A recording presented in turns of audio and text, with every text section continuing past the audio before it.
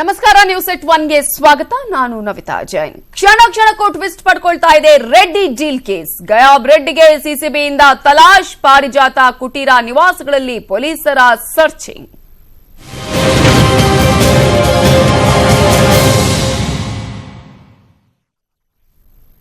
ಜನಾರ್ದನ ರೆಡ್ಡಿ ವಿರುದ್ಧ ನಡೆದಿದ್ಯಾ ಭಾರೀ ಷಡ್ಯಂತ್ರ? ರೆಡ್ಡಿಯನ್ನ ಬೇಕಂತಲೇ ಡೀಲ್ ಕೇಸಲ್ಲಿ ಫಿಕ್ಸ್ ಮಾಡಿದ್ರ? ಮಾಧ್ಯಮಗಳಲ್ಲಿ ಸುದ್ದಿ ಮಾಡಿ ಬಂಧನ ಭೀತಿ ಸೃಷ್ಟಿಸಲಾಗ್ತಾ ಇದೆಯಾ?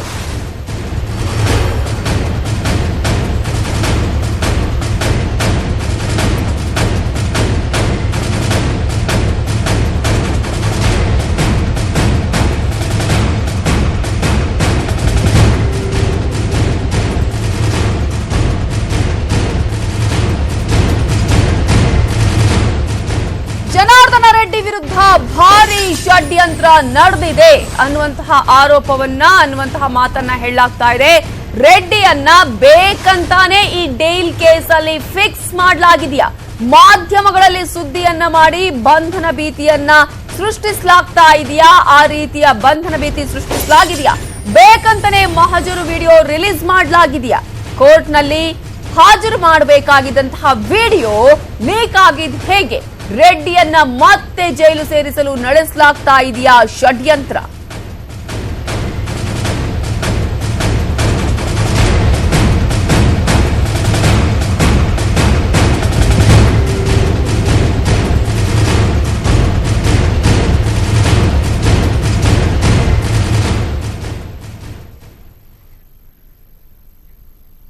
ಜನಾರ್ದನ ರೆಡ್ಡಿ ವಿರುದ್ಧ ನಡೆದಿದೆ ಷಡ್ಯಂತ್ರ. ಬೇಕಂತಾನೆ ಡೀಲ್ ಕೇಸಲ್ಲಿ ಫಿಕ್ಸ್ ಮಾಡಿದ್ದಾರೆ. ಜನಾರ್ದನ ರೆಡ್ಡಿ ಪರ ವಕೀಲ ಚಂದ್ರಶೇಖರ್ ಹೇಳಿಕೆಯನ್ನ ಕೊಟ್ಟಿದ್ದಾರೆ. ಇದು ಜನಾರ್ದನ ರೆಡ್ಡಿ ವಿರುದ್ಧದ ಷಡ್ಯಂತ್ರ ಅನ್ನುವಂತಹ ಮಾತನ್ನ ಕೂಡ ಹೇಳಿದ್ದಾರೆ. ಈ ಒಂದು ಡೀಲ್ ಕೇಸಲ್ಲಿ ಬೇಕಂತಾನೆ ಜನಾರ್ದನ ರೆಡ್ಡಿಯನ್ನ ಸಿಲುಕಿಸುವಂತಹ ಷಡ್ಯಂತ್ರ ನಡೆದಿದೆ ಅನ್ನುವಂತಹ ಮಾತನ್ನ ಜನಾರ್ದನ ರೆಡ್ಡಿ ಪರ ವಕೀಲ ಚಂದ್ರಶೇಖರ್ ಹೇಳಿಕೆಯನ್ನ ಕೊಟ್ಟಿದ್ದಾರೆ. ರೆಡ್ಡಿಯನ್ನ ವಂಚನೆ ಕೇಸಲ್ಲಿ ವಿನಾಕಾರಣ ಸೇರಿಸಿದ್ದಾರೆ ಅನ್ನುವಂತಹ ಮಾತನ್ನ ಕೂಡ ಈ ಸಂದರ್ಭದಲ್ಲಿ ಹೇಳಿದ್ದಾರೆ. ಇನ್ನು ಸಿಸಿಬಿ ಅವರು ನಿಷ್ಪಕ್ಷಪಾತವಾಗಿ ತನಿಖೆಯನ್ನ ನಡೆಸಬೇಕು ಅಂತ ಹೇಳಿ ಜನಾರ್ದನ ರೆಡ್ಡಿ ಪರ ವಕೀಲ ಚಂದ್ರಶೇಖರ್ ಒತ್ತಾಯವನ್ನ ಮಾಡಿದ್ದಾರೆ. ಈ ಮೂಲಕ ಜನಾರ್ದನ ರೆಡ್ಡಿಯನ್ನ ಬೇಕಂತಾನೆ ಡೀಲ್ ಕೇಸಲ್ಲಿ ಫಿಕ್ಸ್ ಮಾಡಲಾಗಿದೆ. ಮತ್ತೊಮ್ಮೆ ಜನಾರ್ದನ ರೆಡ್ಡಿಯನ್ನ ಜೈಲಿಗೆ ಕಳುಹಿಸೋದಕ್ಕೆ ಇಲ್ಲಿ ಷಡ್ಯಂತ್ರವನ್ನ ಮಾಡಲಾಗಿದೆ ಅನ್ನುವ ಮಾತನ್ನ ಹೇಳಿದ್ದಾರೆ. ಡೀಲ್ ಕೇಸ್ನಲ್ಲಿ ಹಾಗಾದ್ರೆ ಮಹಜರು ಮಾಡಿರುವಂತಹ ವಿಡಿಯೋ ಹೇಗೆ ಸಿಕ್ಕಿದ್ದು ಮಾಧ್ಯಮಗಳಿಗೆ ಅನ್ನುವಂತಹ ಪ್ರಶ್ನೆಯನ್ನ ಕೂಡ ಈ ಸಂದರ್ಭದಲ್ಲಿ ಕೇಳಿದ್ದಾರೆ. ಸಿಸಿಬಿ ಅವರು ನಿಷ್ಪಕ್ಷಪಾತವಾಗಿ ತನಿಖೆಯನ್ನ ಮಾಡಬೇಕು ಅಂತ ಹೇಳಿ ರೆಡ್ಡಿ ಪರ ವಕೀಲ ಚಂದ್ರಶೇಖರ್ ಒತ್ತಾಯ ಮಾಡಿದ್ದಾರೆ. ಈ ಪ್ರಕರಣದ ಹಿಂದಿದೆಯಂತೆ ಕಾಣದ ಕೈಗಳ ಕೈವಾಡ. ಕಾನೂನು ರೀತಿ ನಾವು ಏನ್ ಮಾಡಬೇಕೋ ಮಾಡ್ತಾ ಇದೀವಿ. ನಿರೀಕ್ಷಣಾ ಜಾಮೀನನ್ನ ಕೋರಿ ಶೀಘ್ರದಲ್ಲೇ ಅರ್ಜಿಯನ್ನ ಸಲ್ಲಿಸುತ್ತೇವೆ ಅನ್ನುವಂತಹ ಮಾತನ್ನ ರೆಡ್ಡಿ ಪರ ವಕೀಲರಾಗಿರುವಂತಹ ಚಂದ್ರಶೇಖರ್ ಅವರು ಹೇಳಿದ್ದಾರೆ.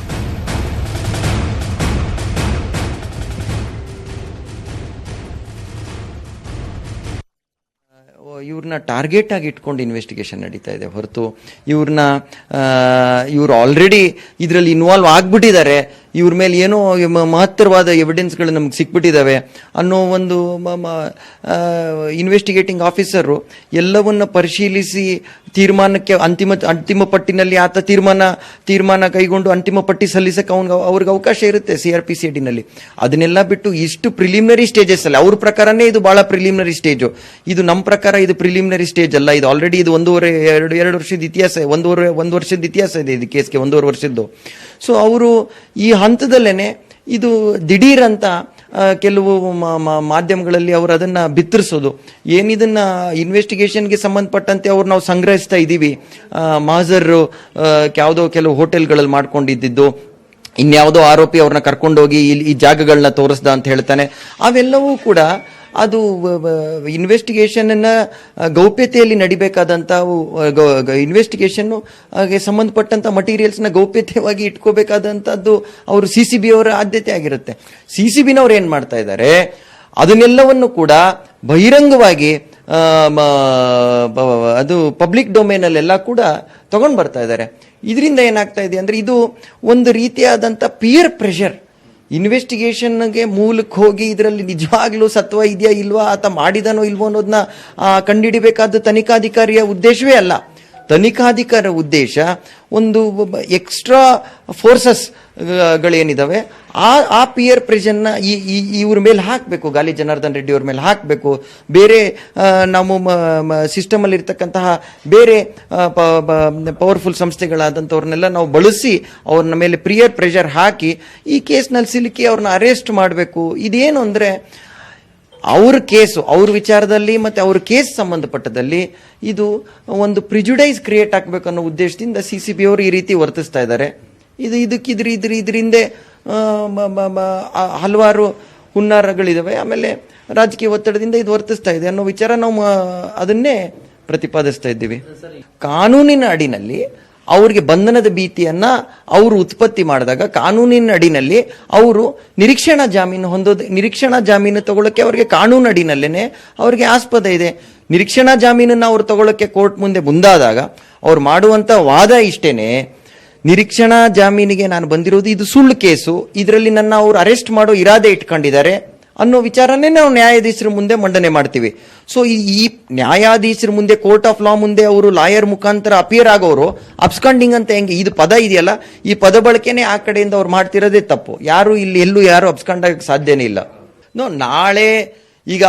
ನಾಳೆ ಸಲ್ಲಿಸ್ತಾರೋ ನಾಡಿದ್ದು ಸಲ್ಲಿಸ್ತಾರೋ ಅದು ಕಾನೂನು ಪ್ರಕ್ರಿಯೆಯಲ್ಲಿ ಅವ್ರಿಗೆ ಬಿಟ್ಟಂತ ವಿಚಾರ ಆಗುತ್ತೆ. ಅವ್ರಿಗೆ ಅಪ್ರಿಹೆನ್ಷನ್ ಆಫ್ ಅರೆಸ್ಟ್ ತೀವ್ರತೆಯ ಮೇಲೆ ಅದನ್ನ ಅವರು ಆ ಪ್ರಕ್ರಿಯೆನ ತಯಾರು ಮಾಡಿಕೊಂಡು ಅವರು ನ್ಯಾಯಾಲಯದ ಮೊರೆ ಹೋಗ್ತಾರೆ. ನಾನು ನಿಮಗೆ ನಾಳೆನೋ ಅದು ಸೋಮವಾರನೋ ಅಂತ ಅದನ್ನ ಹೇಳಕ್ ಆಗೋದಿಲ್ಲ. ಅದು ಅವ್ರು ನ್ಯಾಯಾಲಯಕ್ಕೆ ಮೊರೆ ಹೋದಾಗ ಅದೆಲ್ಲ ತಮಗೆ ಗೊತ್ತೇ ಆಗುತ್ತೆ ಯಾವತ್ತು ಅವ್ರು ನಿರೀಕ್ಷಣಾ ಜಾಮೀನನ್ನ ಫೈಲ್ ಮಾಡ್ತಾರೆ ಅಂತ ಹೇಳ್ಬಿಟ್ಟು ಅದು ನಿಮ್ಗೆ ಹೇಳ್ಬಿಟ್ಟೆ ಫೈಲ್ ಮಾಡ್ತಾರೆ. ಇದು ರೆಡ್ಡಿ ಪರ ವಕೀಲರಾಗಿರುವಂತಹ ಚಂದ್ರಶೇಖರ್ ಅವರು ಹೇಳ್ತಾ ಇರುವಂತಹ ಮಾತು. ಬೇಕಂತಾನೆ ರೆಡ್ಡಿಯನ್ನ ಇದರಲ್ಲಿ ಸಿಲುಕಿಸುವಂತಹ ಪ್ರಯತ್ನ ನಡೆದಿದೆ.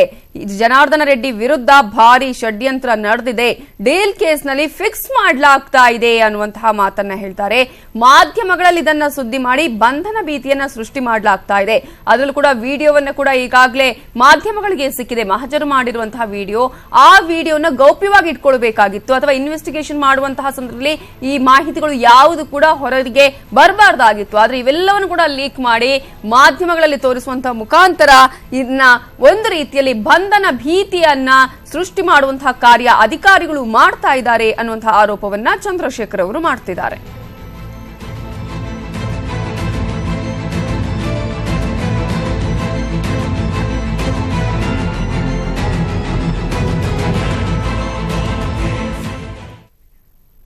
ಇನ್ನು ಸಿಸಿಬಿ ಪೊಲೀಸರು 3 ದಿನಗಳ ಹಿಂದೆ ಡೀಲ್ ನಡೆದಿದ್ದ ಸ್ಥಳದ ಪರಿಶೀಲನೆಯನ್ನ ಕೂಡ ನಡೆಸಿದ್ರು. ಸ್ಥಳಕ್ಕೆ ಫರೀದ್ನ ಕರ್ಕೊಂಡು ಹೋಗಿ ವಿಚಾರಣೆ ಮಾಡಿದ್ರು. ಎಸಿಪಿ ವೆಂಕಟೇಶ್ ಪ್ರಸನ್ನ ಸ್ಥಳ ಮಹಜರು ಮಾಡಿ ಡೀಲ್ ಬಗ್ಗೆ ಫರೀದ್ ಹತ್ರ ಬಾಯಿ ಬಿಡಿಸಿದ್ರು. ಹಾಗೆ ಸಿಸಿಬಿ ಪೊಲೀಸರಿಗೆ ಫರೀದ್ ಕಂಪ್ಲೀಟ್ ಮಾಹಿತಿಯನ್ನ ಕೂಡ ಕೊಟ್ಟಿದ್ದಾರೆ. ಯಾರ್ಯಾರು ಭೇಟಿ ಮಾಡಿದ್ದೀವಿ? ಸರ್, ಮತ್ತೆ ನಾವು ಫೈಸಲ್ ಅಲ್ಲಿಂದ ಯಾರು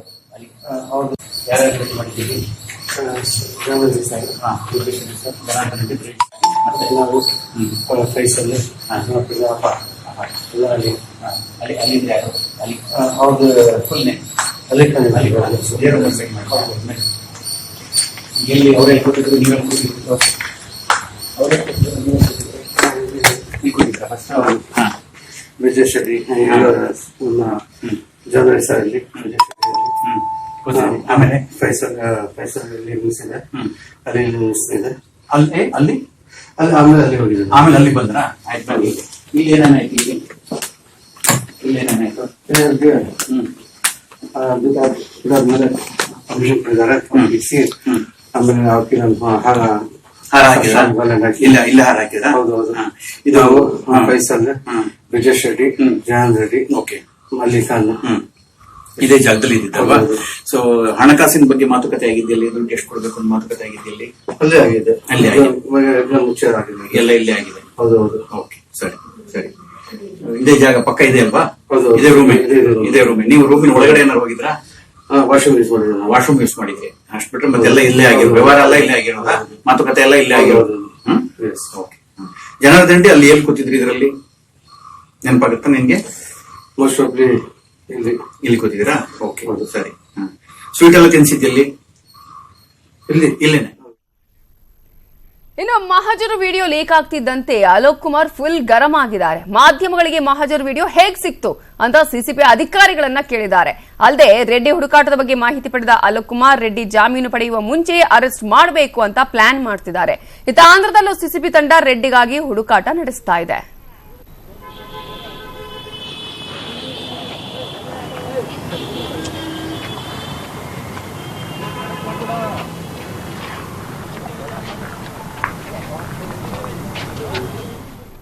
ಇವೆಲ್ಲದರ ಬಗ್ಗೆ ಡೀಟೇಲ್ಸ್ ಕೊಡೋದಕ್ಕೆ ನಮ್ಮ ರಿಪೋರ್ಟರ್ ಮುನಿರಾಜು ಈಗ ನೇರ ಸಂಪರ್ಕದಲ್ಲಿದ್ದಾರೆ. ಮುನಿರಾಜು, ಈಗಾಗಲೇ ಯಾವ ರೀತಿಯಾಗಿ ಮಹಜರು ನಡೆದಿದೆ ಅನ್ನೋದ್ರ ಬಗ್ಗೆ ಮಾಧ್ಯಮಗಳಿಗೆ ಕೂಡ ವಿಡಿಯೋ ಸಿಕ್ಕಿದೆ. ಹಾಗಾಗಿ ಒಂದು ರೀತಿಯಲ್ಲಿ ಈಗ ರೆಡ್ಡಿ ಪರ ವಕೀಲರು ಹೇಳ್ತಾ ಇದ್ರು ತುಂಬಾ ಇದು ಒಂದು ಸೂಕ್ಷ್ಮವಾದಂತಹ ವಿಚಾರ ಅಥವಾ ಇದು ತುಂಬಾ ಕಾನ್ಫಿಡೆನ್ಷಿಯಲ್ ಆಗಿ ಇರಬೇಕಾಗಿತ್ತು, ಈ ವಿಡಿಯೋ ಕೂಡ ಲೀಕ್ ಆಗಿದೆ ಅಂತ ಹೇಳಿ. ಅಲೋಕ್ ಕುಮಾರ್ ಅವರು ಕೂಡ ಈಗಾಗಲೇ ಗರಂ ಆಗಿದ್ದಾರೆ. ಒಟ್ಟಾರೆ ಈ ಒಂದು ವಿಡಿಯೋದ ಬಗ್ಗೆ ಏನೆಲ್ಲ ಡೆವಲಪ್ಮೆಂಟ್ಸ್ ಆಗ್ತಾ ಇದೆ?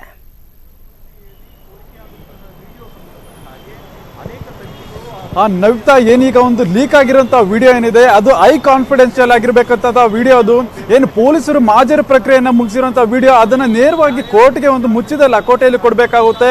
ಅದೇ ಒಂದು ಆ ಪ್ರಕರಣದ ಒಂದು ಪ್ರಮುಖ ಎವಿಡೆನ್ಸ್ ಆಗಿ ಕೋರ್ಟ್ ಸಹ ಪರಿಗಣಿಸಬೇಕಾಗುತ್ತೆ. ಇಂತಹ ವಿಡಿಯೋವನ್ನ ಏಕಾಏಕಿ ರಿಲೀಸ್ ಮಾಡಿ ಆ ಒಂದು ಪ್ರಕರಣದ ಒಂದು ಗಂಭೀರತೆ ಮತ್ತೆ ಆ ಒಂದು ಪ್ರಕರಣದ ಒಂದು ಹಳ್ಳ ಹಿಡಿಸುವಂತ ಕೆಲಸವನ್ನ ಈಗ ಪೊಲೀಸರು ಮಾಡಿದಾರೆ ಅನ್ನೋ ಆರೋಪ ಈಗ ಕೇಳಿ ಬರ್ತಿರೋದು.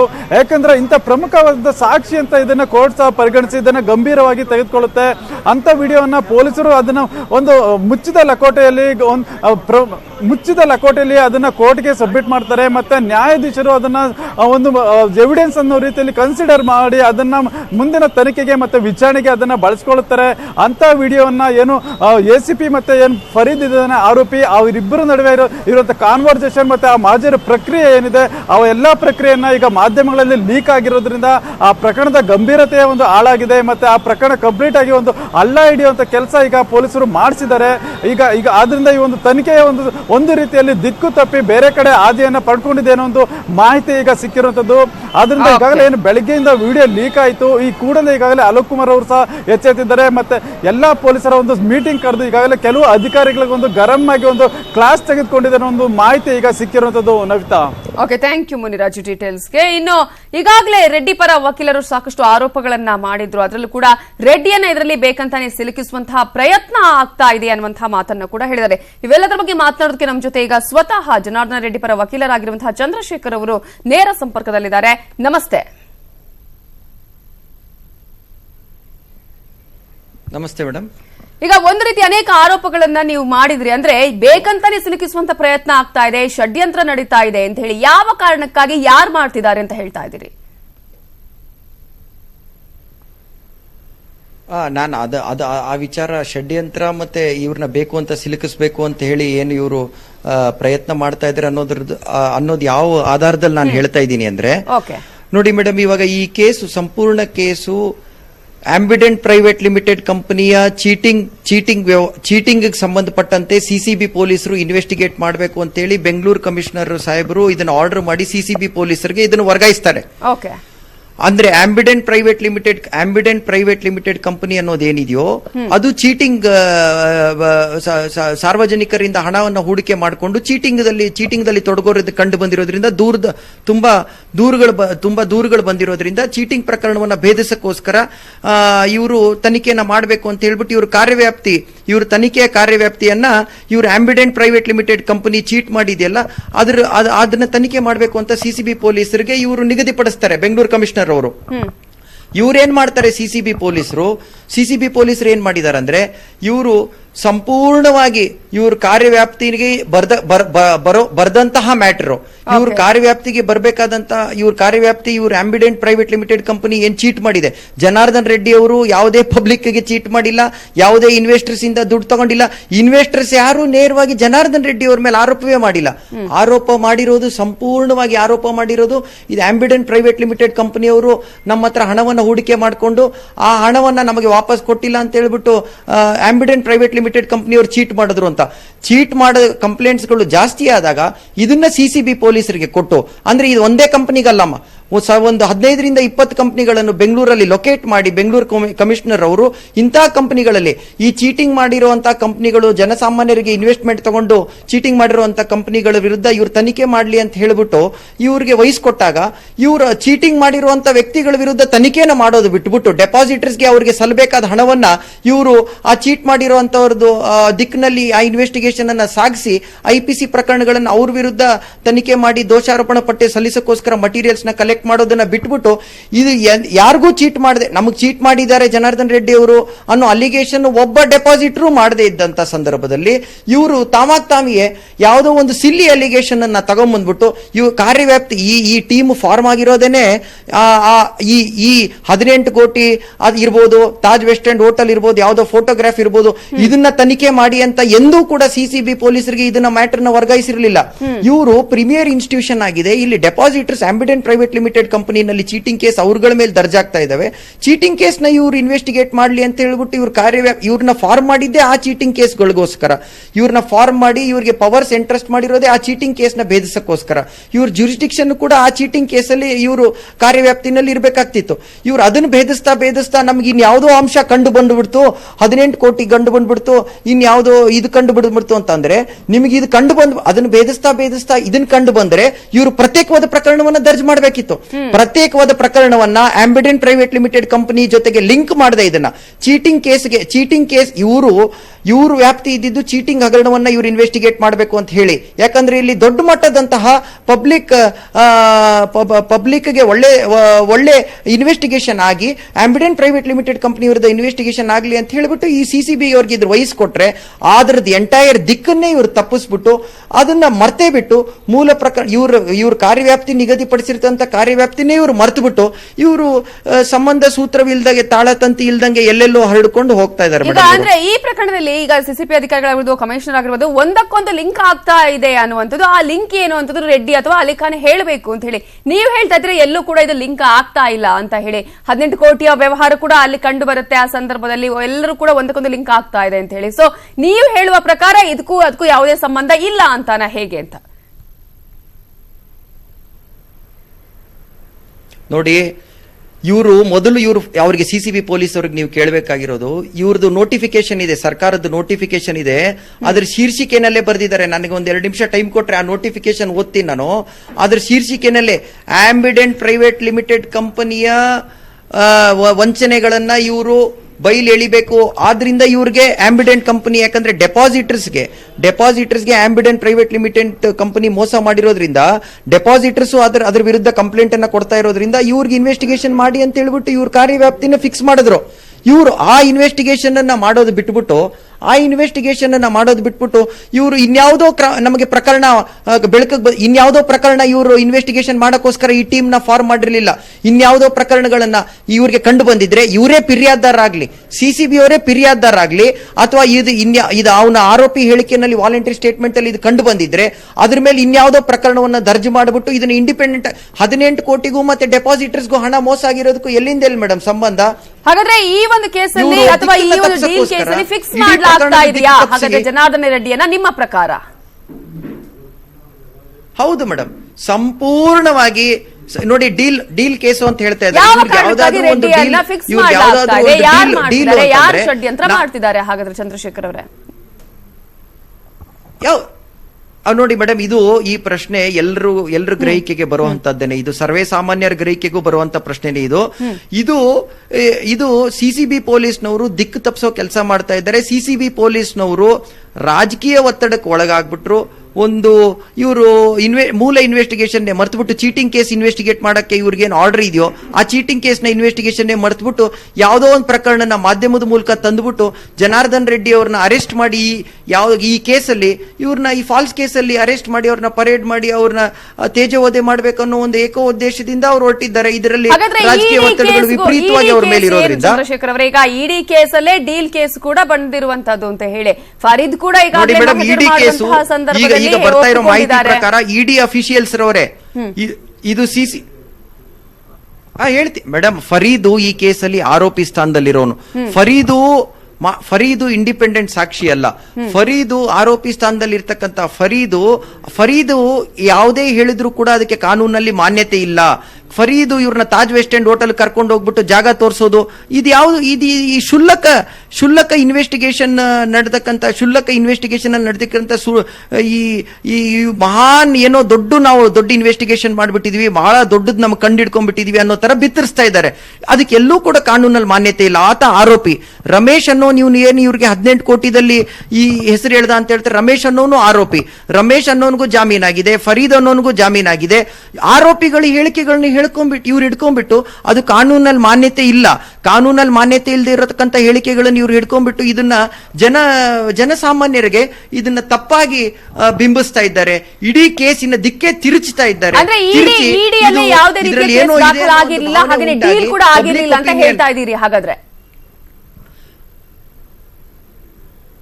ಹೌದು ಮೇಡಮ್, ಇಡಿನಲ್ಲಿ ನಾವು ಯಾವುದೇ ಕೇಸ್ ನಮಗೆ ಬರ್ತಾ ಇರೋ ಮಾಹಿತಿ ಪ್ರಕಾರ